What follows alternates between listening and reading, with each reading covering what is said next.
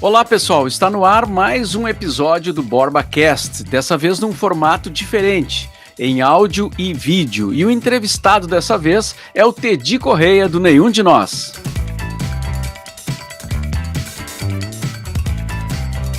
Começando então o nosso podcast, o The BorbaCast, dessa vez recebendo com imagem e áudio, né, via internet, o Tedi Correia, do Nenhum de Nós, e vamos falar sobre a banda, sobre o livro, sobre a vida, enfim. Tudo bem, Tedi? Tranquilo aí? Tudo bem, Mauro. 30 anos, mais de 30 já, né, de banda, Tedi? Esse ano faz 34. 34 já. É que o livro saiu já faz algum tempinho, né? O livro saiu nos 30, né? O livro foi nos 30. Certo. O livro que eu me refiro é esse aqui, ó,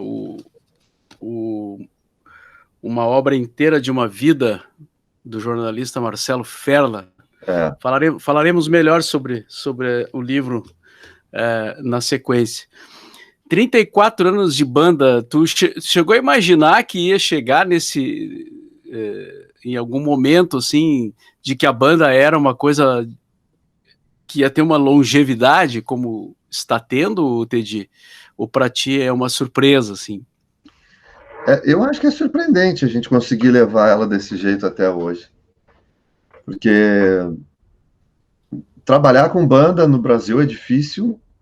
Trabalhar com uma banda que não joga a Série A, digamos assim, é mais difícil. Porque a Série A, que eu digo, é a galera do sertanejo, a Anitta, algumas bandas, tipo Skank, o Capital, esses aí que estão mais... Apesar que a gente às vezes frequenta os mesmos palcos, mas tem uma camada enorme de artistas no Brasil que jogam a Série B. E eu acho que tá até difícil, mais impressionante ainda é tu encontrar pessoas que estão contigo há tanto tempo e que persistem na ideia de ter a banda e enfrentam todas essas adversidades que a gente teve aí durante todo esse período e a gente continua navegando, entendeu? É muito surpreendente sobre qualquer aspecto, sobre qualquer tipo de atividade. E numa banda eu acho que ainda mais.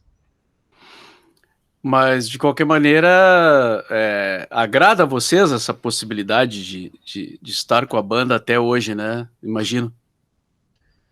Eu acho que é muito difícil falar sobre o futuro com o que a gente está vivendo, tá? Eu estou sendo bem realista. Olhando em perspectiva o que a gente já construiu, eu acho que a gente tem uma trajetória super digna, com uma produção artística coerente e de respeito, assim, né? Então a gente olha para o nosso passado com orgulho, assim. Acho que a gente tem muito com que se orgulhar dele. Mas eu prefiro não olhar nesse momento assim para o futuro a médio prazo, porque a gente não sabe o que vai acontecer. A gente tem ouvido tantas coisas de tantas pessoas, de tantas atividades, de tantas iniciativas que tiveram que ser repensadas e que eu prefiro não me debruçar sobre isso agora, né? Porque é um momento muito raro, talvez um dos mais raros que a gente já viveu em toda a existência da banda, né? A gente está indo para o nosso quinto mês sem um evento presencial, uma coisa que a gente nunca passou por isso, entendeu? O nosso último show foi em fevereiro. Aí a gente está em março, abril, maio, junho, julho, são 5 meses, né? E a gente nunca passou por um afastamento assim dos palcos tão grande, né? Que se tudo continuar conforme as previsões vai ser ainda maior, né? Tem essa possibilidade do show drive-in, né? Não sei se vocês já chegaram a analisar a possibilidade. Algumas bandas... A gente vai fazer um agora, dia 5 de setembro, com aquele show que a gente montou, que a gente adora fazer e tal, que é uma coisa sazonal, assim, que é o Nenhum Canta Beatles. E a gente vai fazendo um drive-in esse show. Mas esse mercado do drive-in é um mercado que eu não sei como é que ele vai, não sei se ele se sustenta por muito tempo, e eu não sei onde terão outros com esse mesmo princípio, a ponto de se criar um mercado de show de drive-in, entendeu? Sim. Eu sei que tem vários lugares que tem um drive-in, assim, mas não sei se isso consegue se caracterizar como um mercado a ponto de a gente criar uma esperança. Sim. Digamos que é uma coisa temporária para o momento, né? Me parece assim, né? Até porque não é o ambiente natural, né? De um show, né? De um evento, assim. Dentro de um carro, né, cara? É. Eu não passei por essa experiência para poder julgar, mas eu sei que é muito diferente, né? A experiência de assistir dentro de um carro, ouvir pelo rádio, tu sabe que o artista tá ali, mas é muito diferente. A gente tem que ver como é que vai ser o extrato disso, como que as pessoas vão encarar isso a ponto de frequentar com mais artistas. Eu não colocaria isso assim como sendo a salvação do mercado da música, até porque ela é para digamos, é para uma esfera também, né? Sim. E aí é o lance. Joga a Série A, joga a Série B, tu tem um número limitado, não dá para te fazer com muitos carros, que aí tu vai piorar muito a experiência ainda, né? O cara vai estar lá na fila de trás de carro olhando de longe, vai para casa ver a live. Sim, é verdade. Bom, Teddy, vamos voltar um pouquinho no tempo. Tu é natural de Porto Alegre? Não sei, talvez até já tenha te feito essa pergunta, mas agora não me lembro, assim. Sim, me criei no centro de Porto Alegre. Minha família tinha um apartamento alugado ali na João Manuel, que ficava uma meia quadra quase da Rua da Praia. Então, eu sou do centrão. Bom, e tu mora, então, até hoje no centro, né? Se é que tu não te mudou. Não, eu me mudei. Hoje eu moro em Petrópolis. Certo. Mas eu adoro ir ao centro, adoro frequentar o centro de Porto Alegre. É muito legal que isso foi uma coisa que a minha filha herdou, a Estela tem 21 e adora ir no centro também. A gente vai lá para transitar por uma Porto Alegre que ainda existe ali naquele espaço, né? Mercado Público, a Praça Alfândega, a Rua da Praia e tal. Ainda Sim. existe uma Porto Alegre ali, né? Eu lembro que uma vez eu fui na tua casa e era perto da Riachuelo ali, assim, isso lá nos tempos da Rádio Ipanema, mas era na... Depois a gente foi morar no Jerônimo Coelho, bem pertinho da Praça Matriz. Sim, então acho que foi ali, foi quando tu e o Sadi me apresentaram pela primeira vez o Charly Garcia, o disco dele e tal, e o Cliques Modernos, lembra? Sim, claro. que vocês me emprestaram, inclusive, para tocar na rádio, né? E aí foi um grande sucesso e tal. O único lugar fora do mercado latino ali, e o único lugar do Brasil que tocava Charly Garcia e Fito Paz era o Rio Grande do Sul, por esse trabalho que começou ali na Ipanema, né, cara? De vocês tocando, e Los Dinossauros já era um hit, lembra? Sim. Eu tocava essa música, muito legal. E eles vinham para cá e lotavam, e era o único lugar que lotava. Sim. Depois o Fito teve um upgrade na carreira dele e tal, até ele começou a frequentar outros lugares, também lotou lá para São Paulo, mas esse início do contato da cultura gaúcha aqui com o rock argentino ali foi pela Ipanema, me lembro disso, a gente levando os discos. Sim. Mas com o Fito vocês tiveram mais proximidade, né? Vocês gravaram com ele fizeram uma versão lá gravado na Argentina em espanhol, ele gravou com vocês aqui em Porto Alegre. Acho que vocês tiveram mais contato musical, assim, com o Fito Paz. Foi. A gente chegou a estar um pouco mais próximo lá, quando a gente foi gravar a versão da Camila em espanhol, eu caminhava em espanhol. Ele foi um cara que produziu essas versões, e a gente conviveu um pouquinho com ele lá naquela época. Depois, a gente deu um salto e foi encontrar com ele no Rock in Rio. Ele estava tocando no Torre de Babel, que era um bar no Rio de Janeiro, e ele estava numa fase da vida dele bem mais difícil, e lembro que quem participou do show fui eu, o Herbert e o Cledir. E eu toquei num dia no Rock in Rio, no dia seguinte com ele no Torre de Babel. Mas o Fito é um cara, a carreira dele depois tomou uma outra dimensão e tal, e se tornou mais difícil conviver com ele, assim, de encontrar com ele, cruzar os mesmos espaços, assim. E depois a gente teve um pouco de contato com o Gustavo Cerati, que eu fui ao show e a gente conversou, e durante um período até estava tentando trazer ele para cá, ainda com Soda, e aí, enfim, daí aconteceu todas essas coisas que a gente sabe com ele. Sim. Para quem não sabe, o Cerati era vocalista, compositor do Soda Stereo, né? Uma grande banda da Argentina, que curiosamente fez um grande sucesso na América Latina, mas nunca veio para cá, né? Acho que nenhum lugar do Brasil eles tocaram, né? Não. Que eu me lembro. Nunca. Isso era uma coisa que eu, quando conversei com ele falava, não entendo por que a gente não consegue chegar no Brasil. Eles são considerados até hoje a maior banda de rock da América Latina, a maior que já existiu. Nenhuma banda conseguiu superar eles em expressão e tudo, e todos os países de língua espanhola, aí tu pode pegar ali México e a parte dos Estados Unidos, que se fala em espanhol, nunca teve uma banda tão grande quanto eles, e eles nunca conseguiram chegar. E aí tu vê, o Maná já teve várias vezes aqui, né? Não sei se a questão, enfim, não sei dizer, né? A questão da língua não era, né? Não, eu acho que o Fito disse uma vez numa entrevista que eles eram faziam um som que ele adorava, mas que era muito parecido com o rock internacional, e que daí as pessoas já tinham outras bandas com esse tipo de música na sua própria língua, ou em inglês. Ele até citou o Smashing Pumpkins, né? Ele disse, o pessoal não curte muito o Soda Stereo, talvez porque existam os Smashing Pumpkins, né?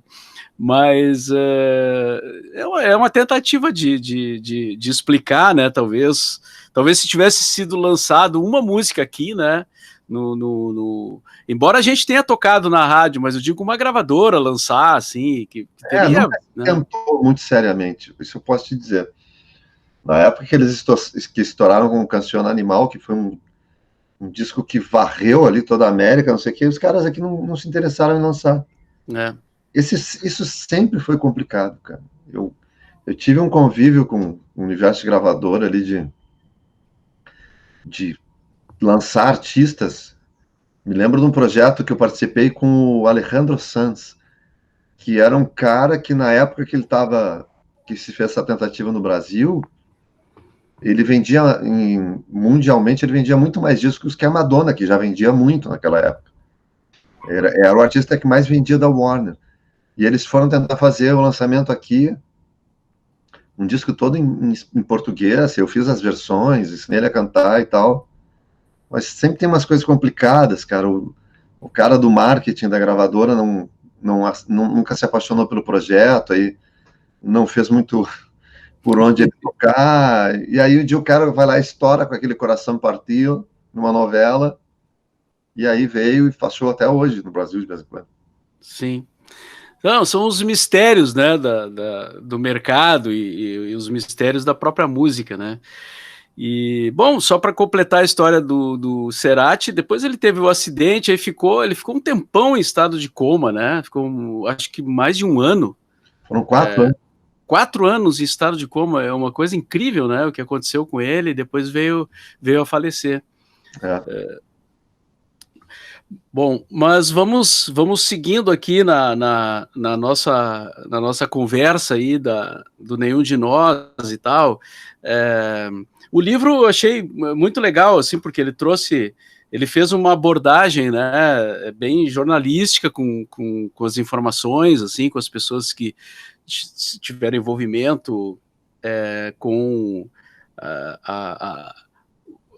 o surgimento da banda e tal, né? Desde os primeiros shows lá no Bangalô, né? Que era o nome do bar. Exatamente. Que era na Protásio. O primeiro show nosso, ele foi. O Nilton Fernando, né? É. Pois é, eu lembro do Nilton falando que tinha ido no show e que tinha conhecido vocês e tal. E acho que foi ele que foi o primeiro que pegou uma fita do Nenhum e colocou para rodar lá na Ipanema. Ele nos falou para gravar a fita, porque era o nosso primeiro show. Ele falou: legal, gravem uma fita e levem lá. Aí a gente se motivou. Aí deu bom tempo até a gente levar uma música lá e ele tocou. Tu lembra qual era a música? People Are. People Are. Agora lembrei. E bom, aí o Nenhum surgiu no cenário, né? Não entrou no Rock Grande do Sul, né? Mas trilhou um caminho paralelo e acabou nacionalmente sendo uma das bandas mais executadas em rádio, que mais fez show também, né? Vocês fizeram, aqui no livro fala, né? Mais de 2.000 shows, uma coisa assim. Não, a gente veio depois dessa geração do Rock Grande do Sul. A gente estava ensaiando ainda quando o Rock Grande do Sul estava saindo. E eu lembro que isso gerou uma série de leituras a nosso respeito muito peculiares, assim, porque quando a gente abriu um show para o Defala na praia, conheceu o Tonho, que era empresário do Defala, ele disse que ia nos dar uma mãozinha, está dando até hoje, primeira, e quando a gente gravou gravou um show, que foi o que a gente fez no Ocidente, foi onde a gente tocou pela primeira vez a Camila, e a gravação ficou muito boa, daí a gente até fez uma demo com a Camila, e chegou na mão do Tadeu Valério, que era o cara responsável pelo selo Plug, que era o selo que tinha toda a galera do Rock Grande do Sul. Ele adorou a Camila, ouviu e disse: nossa, essa música aí é hit. E contratou o Nenhum. E na época foi uma coisa que gerou um mal-estar em um monte de gente. Inclusive, muitas das pessoas que estavam nos assistindo lá no Ocidente, que era sempre um monte de banda frequentando e tal, e que quando ouviu aquela música falando nome de mulher, achou engraçado, muita gente debochou da música, eu me lembro disso, por achar que a música era ridícula, né? E aí eles não entendiam.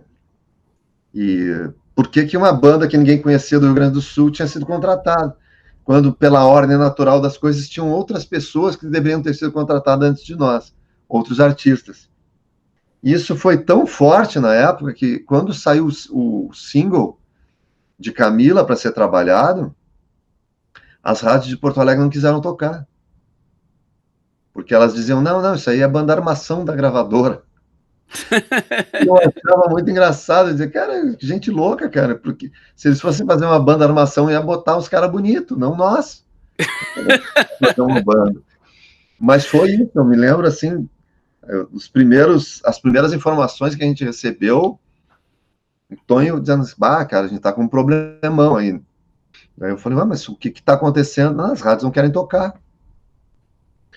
Quem tocou foi o Newton, porque ele conhecia a banda e disse: não, é armação.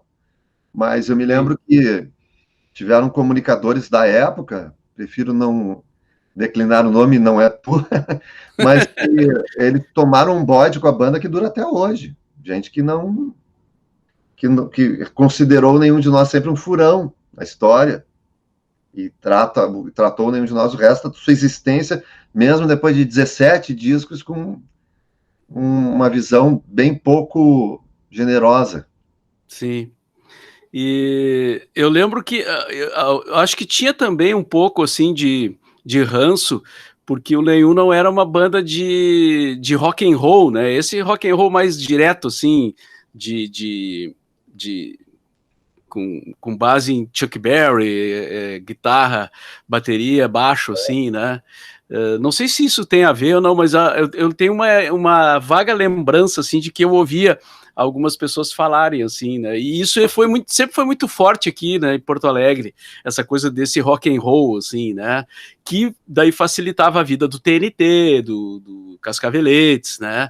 Que era mais isso, assim, né? Esse rock estoniano, assim, o Nenhum já era uma banda com alguns elementos que transcendiam a isso, assim, né? Não, as nossas influências eram completamente outras, e eu lembro que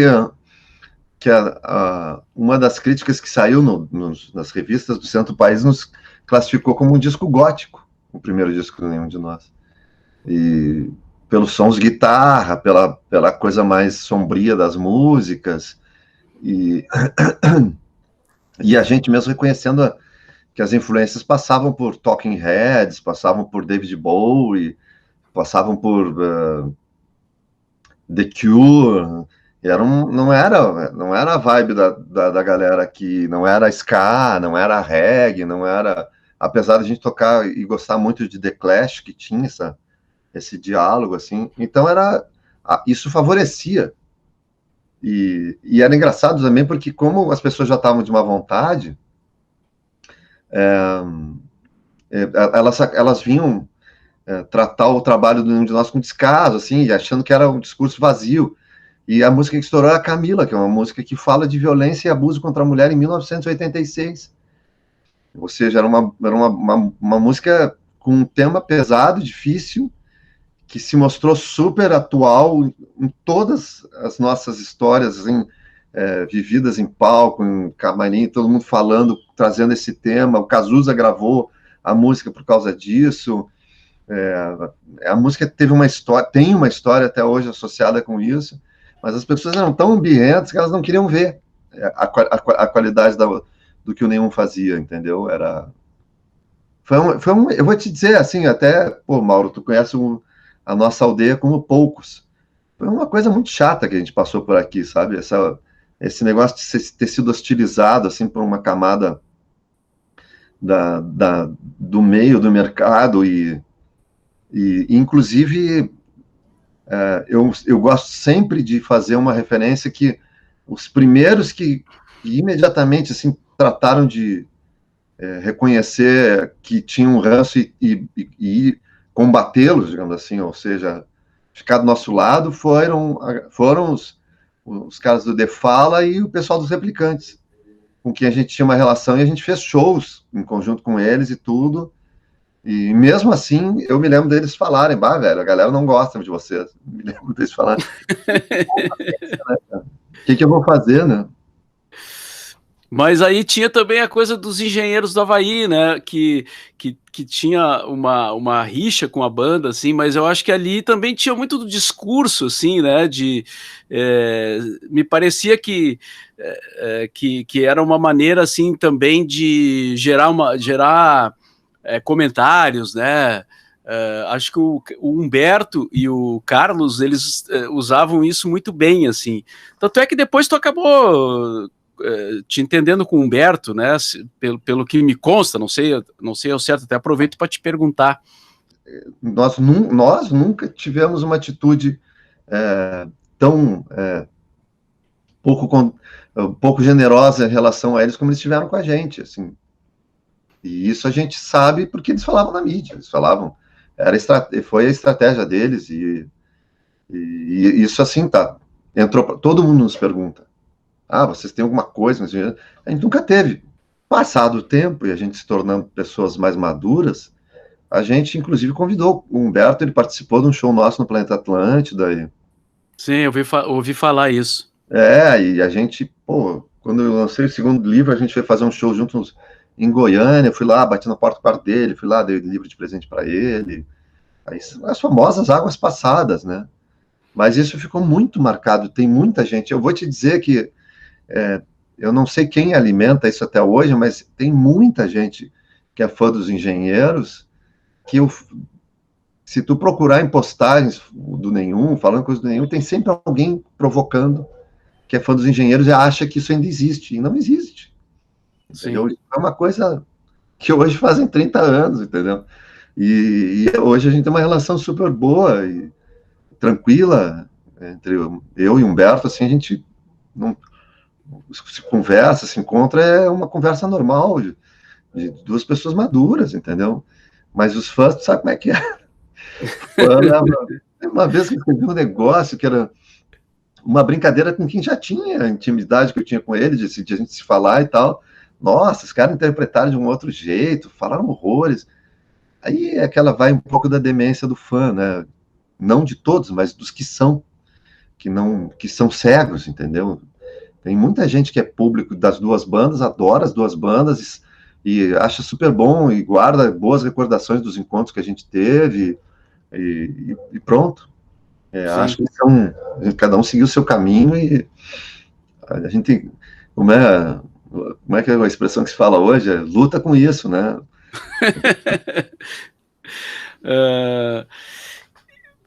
Teddy, momentos importantes da vida do Neyum devem ter sido muitos, né, que te emocionaram, assim, não querendo fazer relembrar algumas coisas, assim, né, que aconteceram. Acredito que a abertura do show do R.E.M. deve ter sido importante para vocês, né? Foi. Não sei se tu quer falar sobre isso ou citar mais algum. Eu cito o Rock in Rio. Foi um momento muito legal assim pra gente. Foi o reconhecimento de uma história assim que vinha de 2 anos tocando a música mais, ou seja, tendo a música mais executada no Brasil, Camila e depois Astronauta. Foi aquele que rolou no Maracanã? Foi esse mesmo. E então pra gente foi um momento que coroou tudo isso, entendeu? Depois a gente ter ganho o VMAs, que foi um negócio também surpreendente para muita gente, que foi votação direta, ou seja, as bandas que estavam concorrendo com a gente, todas elas tinham uma base de fãs maior que a nossa, entendeu? Mas as pessoas curtiram tanto o nosso clipe que a gente ganhou, e foi representar o Brasil. E isso foi um grande momento. Abrir o show do R.E.M. foi um grande momento, porque é uma banda, assim, fundamental na nossa história, como influência, como conceito, como inspiração e tal. E isso foi, pra gente, também uma coisa muito, muito, muito forte, assim. E foi em Porto Alegre, né? Que é um caráter especial, assim, e ainda no Zequinha Stadium. Zequinha Stadium. E, cara, e não tem preço. Tu tá tocando, quando tu olha pro lado, tava o Bill Berry e o puta, me esqueci, o Peter Buck, os dois assistindo o show, depois vieram nos cumprimentar. E eu acabei jantando aquela noite com o Michael Stipe num restaurante aqui em Porto Alegre, numa pizzaria, e a gente conversando, e onde aconteceu uma das coisas mais engraçadas que eu me lembro, que estava o Lerina junto, e eu estava com uma camiseta que o Lerina comprou num show do R.E.M. Quando ele falou que ele ia no show, de compra uma camiseta para mim e tal. Ele comprou a camiseta, achei bem bonita a camiseta, eu botei, vesti, né? Fiz o show com ela, e quando eu fui jantar, eu tava com ela. E o Michael Stipe olhou, legal essa tua camiseta, né? Eu abri ela, mostrei, pois é, a camiseta é bem bonita para uma camiseta pirata. Aí eu fiquei meio sem ação, eu comecei a rir, falei, reclama para ele, foi ele que comprou. E aí o Roger falou, eu fui num show, mas não tinha merchandise oficial, eu comprei uma pirata, ele queria. E o Michael Stipe falou, não, a camiseta é muito bonita mesmo. Legal, não, obrigado, não sei o quê, mas foi muito engraçado. O cara se deu conta disso, observou, nossa, camiseta é pirata. Tu não ia, nem tinha passado isso pela tua cabeça, provavelmente. Não, o Lerina não me preveniu, né? Olha, essa camiseta eu comprei lá fora. não tinha merchandising oficial, ele me trouxe a camiseta, me deu, achei linda a camiseta, nem perguntei.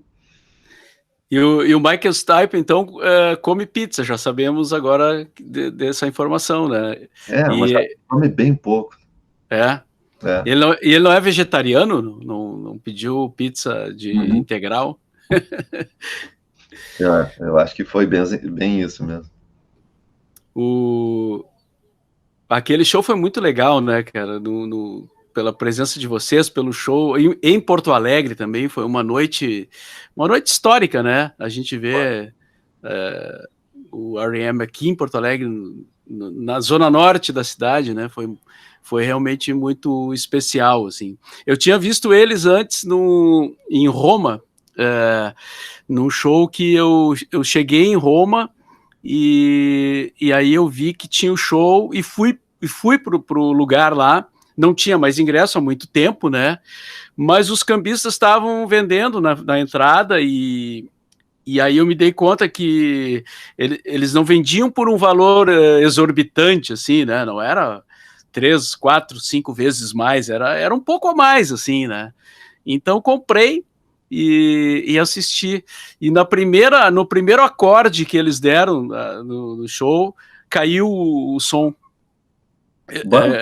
Caiu o som total, ficou mudo.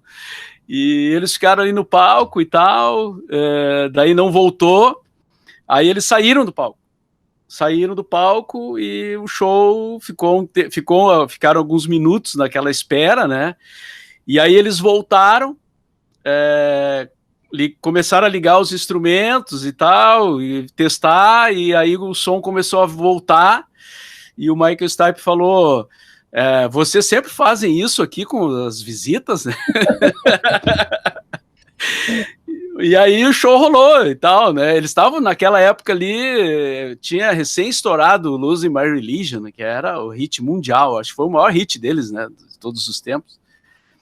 Eu me lembro que assisti eles também no Rock in Rio também, que eles estiveram tocando no Rock in Rio, e foi uma noite muito boa, tinha eles e eu acho que o Beck na mesma noite. E me lembro que até eu fui de carro e tinha um amigo músico, que eu não vou falar para não ficar chato, que é lá do Rio, né? E ele falou uma coisa meio escrota sobre o R.E.M. e a gente discutiu. Eu tava em êxtase, eu adoro o R.E.M. e adoro o Beck, e eu não sou dessa de ficar, mas aquilo, não sei o que. E ele falou um negócio meio super desabonador do R.E.M., assim, e eu mordi. E sobre shows, Ted, vocês fizeram, né, mais de 2.000 shows. Alguma curiosidade, assim, alguma barra pesada, ou algum momento que tenha sido engraçado nessa estrada da vida aí?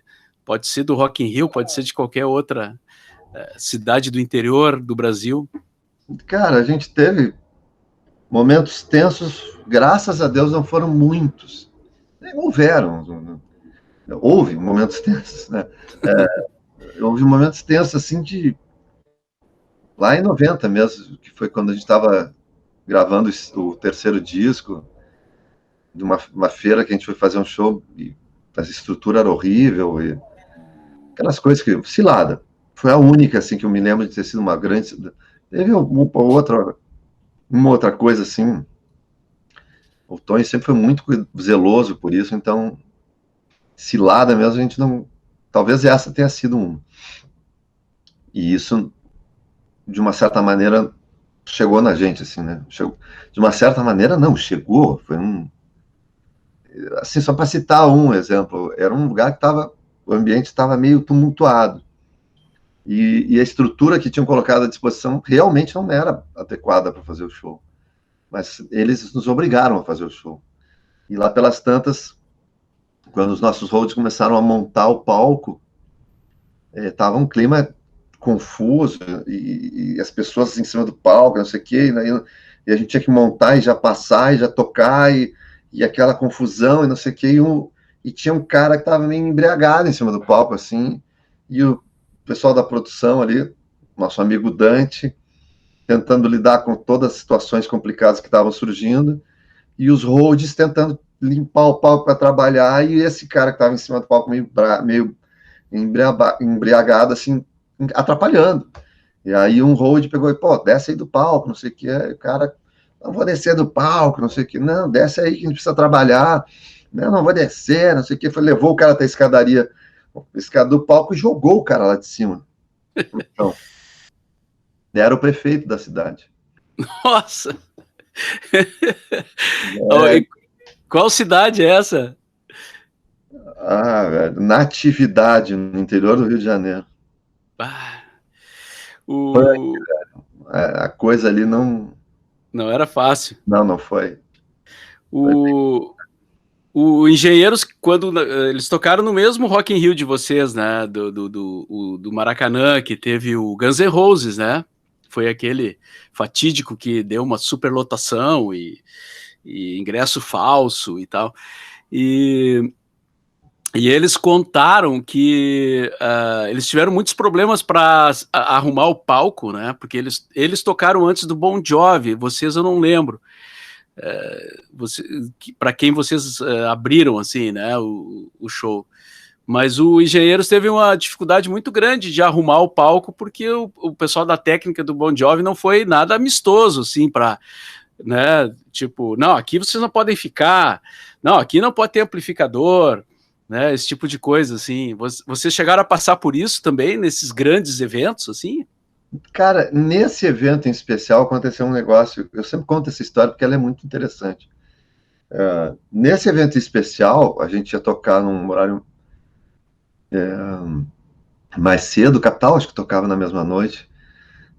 Eu sei que aquela noite tinha RAI, tinha o Information Society, tinha umas coisas um pouco mais pro pop, assim, né? E aconteceu uma coisa pitoresca. Te lembra que naquela época os equipamentos de sons eram todos vindo, não era um gringo, né? Não era equipamento de som brasileiro, né? E era aqueles ruivo, barbudão, forte, redneck, assim, que eles não te davam trela nenhuma, não falavam contigo, né?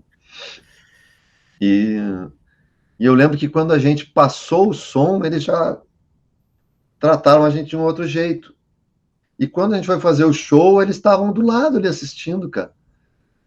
E aí alguém, não lembro se até não foi o próprio Dante, alguém foi lá e perguntou para eles, por que vocês estão assistindo essa banda? Em geral, os artistas nacionais aqui, vocês não estavam muito interessados. Ele, não, é porque por causa daquele instrumento ali. Como eles viram o João Vicente entrar com um acordeon, e que tinha a ver com a região deles lá, que é do Zydeco, de uma coisa do Mississippi, daquela mistura de blues com música, com acordeon e tal, eles acharam curioso. E o João Vicente, com o acordeon, e as músicas tinham aquela pegada, eles assistiram o show. Então a gente meio que conseguiu angariar um pouco de simpatia deles ali, em relação ao nenhum por causa disso. Então, seguindo com o nosso podcast aqui hoje, recebendo o Teddy Correia, né, falando através aí da internet. Uma coisa que eu queria te perguntar, Teddy, sobre aquela época que a pop rock disputava com a Atlântida, assim, o cenário do FM jovem, no início dos anos 2000, a pop rock começou em 97 e foi até 2000 até o final, né, dos anos 2000 ali, que se criaram algumas situações complicadas, assim, porque as rádios disputavam a audiência e as bandas ficavam no meio, né? Então eu lembro de alguns conflitos, assim, que geravam, tocar na festa da rádio, tocar o som antes, né, lançar antes, e a gente teve muitas conversas naquela época a respeito disso, assim, né, porque as bandas ficavam numa situação, às vezes, difícil por causa das rádios, né? E às vezes cruzado, né?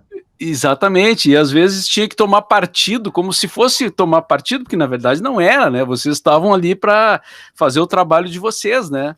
mas havia essa disputa pelas bandas, assim, de uma forma muito forte, assim, né? Não só o Nenhum, mas eu lembro de vocês, assim, tivemos até algumas desavenças, né, entre nós todos, em função de shows, de horário de show e de tocar na festa e não tocar na festa. O que tu lembra daquela época ali? Foi muito complicado de administrar, assim, aquele momento que foi muito acirrado entre as duas rádios, assim, né? Era uma briga de palmo a palmo, como se diz. Foi, cara, foi complicado, apesar de nas duas rádios a gente ter bons interlocutores, assim, pessoas que tinham, com quem a gente tinha uma ótima relação, e chegou um momento que ficou mais complicado, assim, e é chato, porque transferia a responsabilidade para o artista, entendeu? Tomar partido numa coisa que não deveria ser assim, né? Eu lembro de um evento, uma festa de aniversário da rádio que uma banda que ia tocar na mesma noite, ou antes ou depois de vocês, quis alterar o horário, e foi uma confusão tremenda, assim, e a gente no meio da confusão do show, com aquele barulho todo e resolvendo pelo rádio, né, a situação, eu acompanhando ali a discussão, o Nenhum vai ter que ficar para mais tarde, era algo assim, ou mais cedo, não lembro bem agora, e que deu, foi bem chato aquilo, assim, né, que aconteceu, porque, claro, a banda estava programada para tocar num horário, daí tu liga e dizendo, não, vocês não vão tocar agora, não podia ser desse jeito, né, mas também, a gente também não tinha muita, a gente fazia muita coisa assim no peito e na raça, né, fizemos coisas legais, mas também cometemos alguns erros, certamente, né. Eu me lembro que esse episódio, primeiro havia uma discussão se o Nenhum ia tocar na festa e tal, tinha 2 palcos para trocar com mais agilidade, e se não me falha a memória, realmente houve isso de uma banda querer trocar o horário em cima, assim, por motivos que não ficaram claros, entendeu? Sim. E que, no caso, quem era na época, quem estava de interlocutor da gente resolvendo isso, porque era uma coisa de momento, foi o próprio Dante, que é um cara que tu conhece bem. Sim. E o Dante tentando contornar, mas sentiu que as coisas estavam um pouco, não diria mal explicadas, mas a sensação que nos passou é que, tipo assim, vocês vão tocar depois e é isso. Porque essa outra banda tinha algum privilégio que a gente não conseguia entender. E houve uma discussão em torno disso, e nós, banda, né? Eu estou te falando isso, a gente não estava nem muito a par disso. Para a gente chega a informação, talvez a gente toque depois. Mas por quê? Não, a gente está resolvendo. Talvez não sei o quê. Não, mas por quê? Não. Talvez vocês cheguem lá, tu já está te preparando para ir. Segura mais um pouco. Não sei o quê. E tu fica sem saber muito bem, mas quem tem autonomia é uma pessoa de total confiança nossa. Mas o fato é que a gente tocou. A gente chegou, tocou, fizemos um baita show. Me lembro de, na hora, tentar entender o que tinha acontecido, falar com as pessoas. Isso eu me lembro muito claramente. Que eu cheguei lá e falei, cara, a gente não entendeu o que aconteceu e tal, eu estava de boa. E vocês tiveram vocês tiveram mais problemas com a mídia, assim, nesse sentido de relação com a mídia? Tem a história do jabá, né, que é uma realidade que a gente sabe que existe até hoje, embora tenha mudado um pouco agora. A coisa de shows, eventos, né? E eu falo assim em relação à mídia em geral, né, no resto do Brasil, assim, televisão, as rádios e tal. Tu tem más recordações disso ou não? Olha, eu tenho certeza que muitas coisas o Tonho Meira matou no peito, assim, nem deixava chegar na gente, né? Mas eu tenho algumas coisas que aconteceram com a própria MTV, depois que a gente ganhou o VMAs, assim, que foram coisas meio complicadas, assim, sabe? E que a gente teve desgastes e tu começa a meio que te desiludir, assim, porque tu acha que é tudo música, né? Mesmo que depois tu entenda que as coisas têm uma série de ação e reação relacionadas, né? Uma cadeia de acontecimentos que acaba te impactando e tal. Não que tu seja inocente, mas chega numa hora que tu diz assim, tá, mas tudo bem, mas vamos adiante, né? E não, tem, como eu te disse, a mesma frase que eu te falei antes, com algumas pessoas, quando elas tinham poder, elas mudaram. Daí isso sempre foi complicado. Porque eu te digo com toda certeza, a gente nunca quis e nunca deliberadamente pisou em alguém para chegar em lugar nenhum, entendeu? A gente fazia as coisas que a gente sempre fez, sempre foi de dialogar, sempre foi de ouvir, de ponderar. Te digo isso porque o Tony sempre foi um cara também bem ponderado e ele é uma parte importante nessa história toda, né? Então, chegou uma época assim que a gente percebeu uma resistência. Cara, por exemplo, a gravadora, quando a gente ganhou o VMAs com Ao Meu Redor, que foi um sucesso dentro da MTV a ponto de a gente ganhar o prêmio, quando a gente voltou de lá, que a gente falou com a gravadora, vamos fazer um outro clipe, eles não quiseram bancar. Não quiseram pagar um outro clipe. Que é uma coisa que não tem nenhuma lógica. Nenhuma. Entendeu? A MTV era importante. Tu vai lá e ganha o maior prêmio lá dentro e a gravadora te diz, mas a gente agora não vai investir mais nisso aí. Não sei. Então, tiveram coisas assim que foram complicadas. E que realmente a gente teve que ser muito cascudo para superar esse tipo de coisa, assim, sabe? Atravessar esse período. Mas eu prefiro sempre ressaltar as amizades que a gente fez, entendeu? E a gente fez boas e fortes amizades dentro desse meio, de gente dos mais variados lugares. Por exemplo, tipo, a galera que trabalhava no Faustão, no Altas Horas, até hoje nos tratam com muito carinho, entendeu? Desde aquela época tem gente que continua trabalhando, não sei o que, até hoje nos encontra e a gente é bem recebido nos programas e nos trata super bem, entendeu? Mas tem pessoas que ficam pelo caminho, né, Mauro? Sim. Isso em qualquer lugar é assim, né? Sim. Mas o saldo é positivo. Sim, então a gente não estava aqui, né, cara? Sim. E ao mesmo tempo, Teddy, tu tem as tuas atividades paralelas, assim, né? Tu faz palestra, tu escreve livro, tu fez disco solo. Tu é um cara que tem participado também bastante, assim, nas redes sociais, politicamente. Tu vê um caminho para ti, assim, nessa linha também, paralela à banda, né? Embora a gente não saiba o que vai acontecer. Isso é uma coisa que tu tem, digamos, trabalhado bastante nessa área, assim, né? Eu vejo sempre tu anunciando que vai estar em tal lugar, conversando com o pessoal, né? Fazendo palestra, lançando livro. Daí é o teu lado mais pessoal, assim. Tem momentos assim que tu começa a ter um pouco mais de autonomia para fazer as tuas coisas e é natural, né? Mesmo que eu tenha tantas responsabilidades com nenhum, eu fui criando laços com outros músicos, com outras iniciativas. Fez jornalismo também, né? Fez programa de televisão, né? Esqueci de falar. Muito ali, cara. Era muito bom. Mas era um programa cultural, né? Tá vendo? Mais focado em livro, em cinema, e eu ia lá palpitar.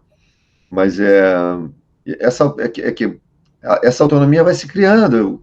Eu conhecia, 15 anos atrás, eu conheci o Luiz Marenco, que é um cara da música regional gaúcha, e a gente ficou muito amigo. A gente se chama de irmão, assim, entendeu? Ele usa o termo irmão para aquele irmão que é o irmão que a vida te deu, entendeu? Sim. Tem o irmão de sangue, tem o irmão que tu... Então ele me chama de irmão e tal. Isso aqui a gente frequentemente sobem no palco juntos para fazer projetos junto, tocar junto.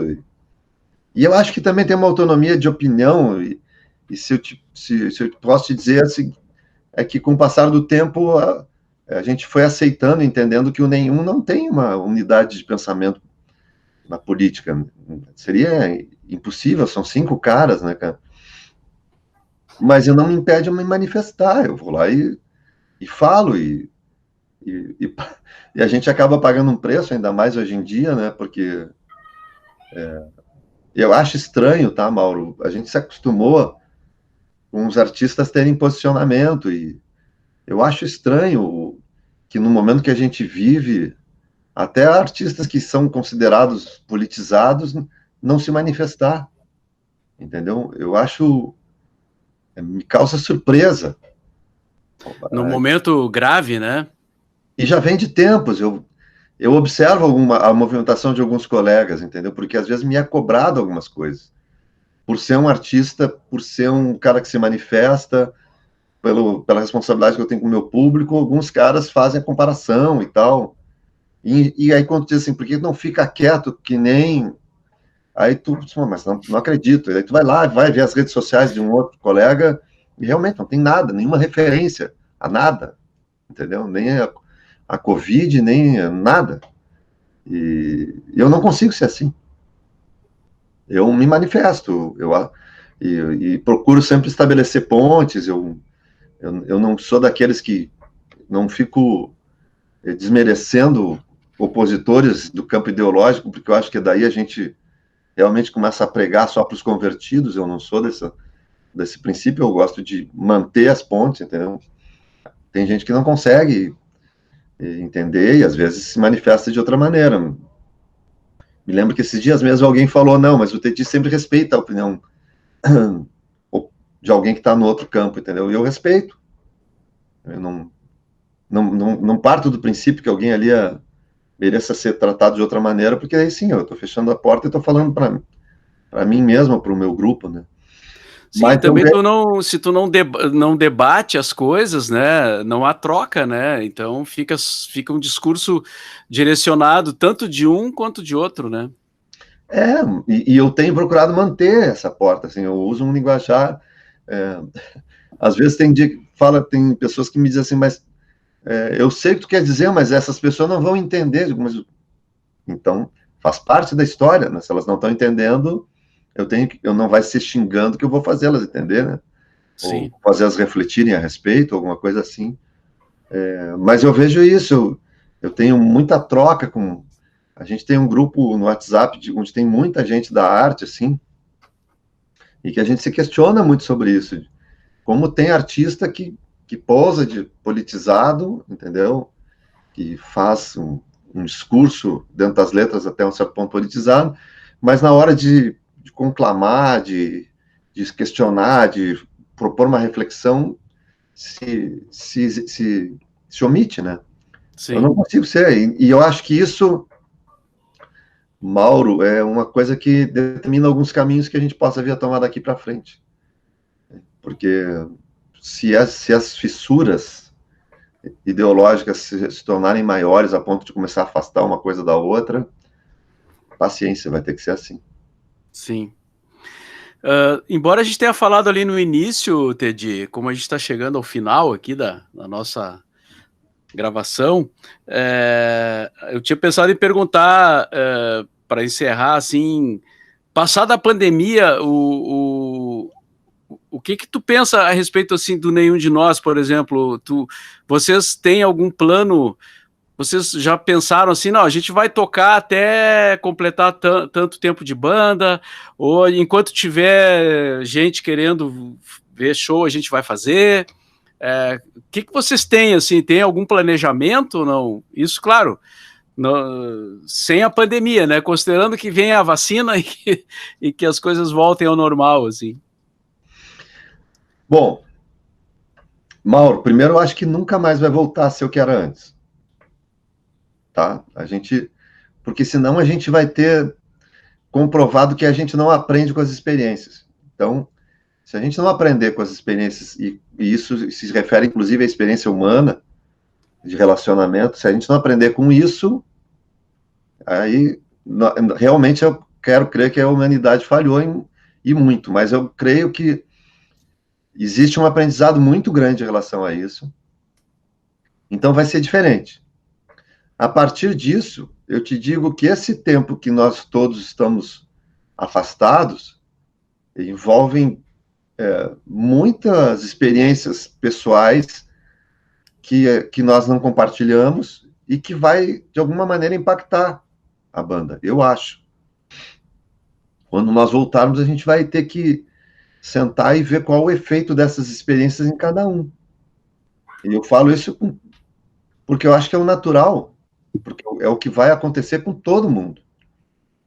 E as tuas amizades vão passar por um processo de readaptação, entendeu?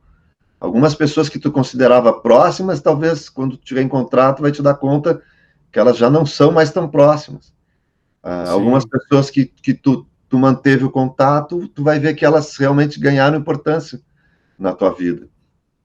E esse negócio de se reavaliar vai acontecer em todas as esferas, em todas as escalas, eu acho.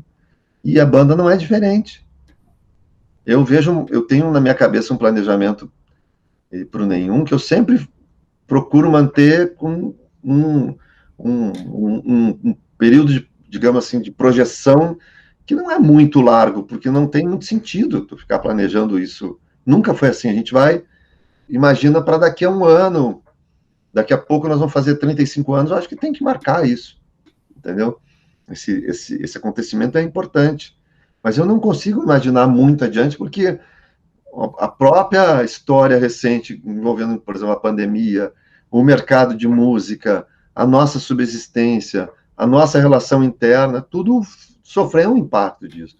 E a gente tem que sentar e ver, na hora do olho no olho, como é que isso vai resultar. E o mundo do disco, né, o mundo digital também, que é uma coisa que já não é de hoje, né, já vem de alguns anos, mas que cada vez é mais forte, né, na vida de todo mundo. A gente está aqui gravando, conversando, né, cada um na sua casa, e essa tendência de aumentar, né, então tudo isso vai trazendo novos caminhos, assim, né. Mas, para fechar, Teddy, vocês ainda têm aquela casa ali na Sofia Veloso, onde vocês deixavam os instrumentos ali da banda, não? Ali era o estúdio do Walter, faz muito tempo que eu não passo por lá. Foi um lugar muito importante para a gente, assim. Era mais do que um estúdio, era o nosso canto, assim, né? E a gente maturou, elaborou, planejou todos os nossos trabalhos durante muito tempo. A Camila foi composta ali dentro e a gente elaborou até o Contos de Água e Fogo, que foi um disco que a gente gravou toda a demo lá dentro. Até que um dia chegou um momento que a gente tinha que, por um motivo que era muito relacionado à questão do trânsito, que era a gente não podia mais deixar os instrumentos ali, estacionar um ônibus, e aquilo começou a criar um problema. Uma rua estreita, né? A rua estreita. Às vezes, quando a gente chegava de madrugada, fazia barulho para os vizinhos, chegou um ponto assim que estava insustentável a gente ficar ali dentro. Mas o espaço a gente adorava, era um lugar que a gente teve que começar a fazer o nosso exercício criativo fora dele ali. Era mais um lugar que a gente estava à nossa disposição. Vamos para lá, vamos, entendeu? Era muito bom isso. Agora que a gente perdeu isso, infelizmente. Né? Mas era um estúdio, o Walter ali era um cara, a gente sempre teve muito carinho por ele. A dona Zora, a mãe dele, foi uma coisa importante na nossa história, pra caramba. Eu perguntei porque eu morava ali, né, na Sofia Veloso, naquela quadra. E aí eu via sempre o ônibus do Nenhum de Nós, inclusive chegando, às vezes, domingo de manhã, assim, né, o pessoal voltando do show, e aí eu vi, o Nenhum tá chegando. Via lá da minha janela. E a gente trabalhou ali, cara. Pô, a média dos shows Nenhum é sempre sempre não, né? Teve um período de muita baixa ali, que por incrível que pareça, muita baixa é bom, né? Mas um período de baixa, que foi um ano que a gente fez 12 shows no ano, que foi um ano terrível, assim. E foi na época do acústico. E foi um disco que vendeu 200 mil cópias e que depois virou um clássico. Mas na época ninguém sabia o que era acústico e nenhum de nós se metendo a fazer turnê acústica. E aí foi um período bem complicado.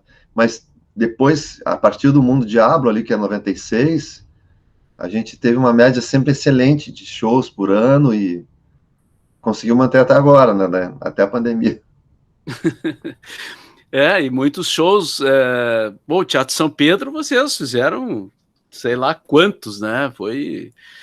Virou uma coisa, uma tradição, assim, um show do Nenhum no Teatro São Pedro. E isso é muito legal, né? Porque vocês, as bandas que se formaram nos anos 80, tiveram muito a relação com a festa show, né? O baile, né? O cara tocava às vezes no meio do baile, né? Parava a música, o DJ parava lá, entrava a banda e já no ritmo da música, né? E vocês conseguiram se colocar assim como um trabalho autoral e fazer show no teatro, e isso foi... A gente foi a primeira banda de rock a tocar no São Pedro. O São Pedro tinha uma regra lá que envolvia, inclusive, os decibéis, e que foi o que levou o Nenhum a fazer acústico. Porque quando a gente falou, vamos fazer no São Pedro, não sei o quê, o Tonho, que foi o mentor dessa ideia, ele falou, mas não dá para fazer com guitarra, eles não querem. Aí o R.E.M. tinha feito um acústico, a gente tinha visto esse acústico na TV, a gente falou, vamos fazer que nem o R.E.M., vamos fazer acústico. E aí surgiu o show acústico, que isso foi justamente em 1994. De lá para cá, a gente fez temporada no Teatro São Pedro todos os anos, com exceção de um, que eu nem me lembro por quê. Então, tu vê quanto tempo nós temos aí, né? De 94 até 2020, nenhum de nós frequentou o Teatro São Pedro. Então, realmente se tornou uma coisa que nenhuma banda tocava, nenhuma banda fazia temporada, e a gente começou a fazer. E isso foi uma coisa que abriu o caminho de a gente fazer teatros em todo o Brasil. Daí a gente começou a frequentar teatro, começou a frequentar um outro circuito, abriu para um outro circuito, e isso foi muito bom mesmo.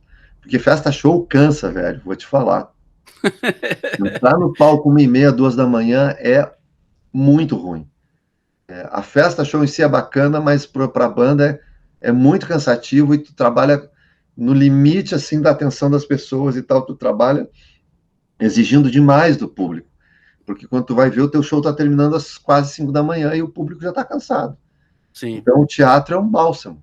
Entrar no palco às 9 da noite é um bálsamo.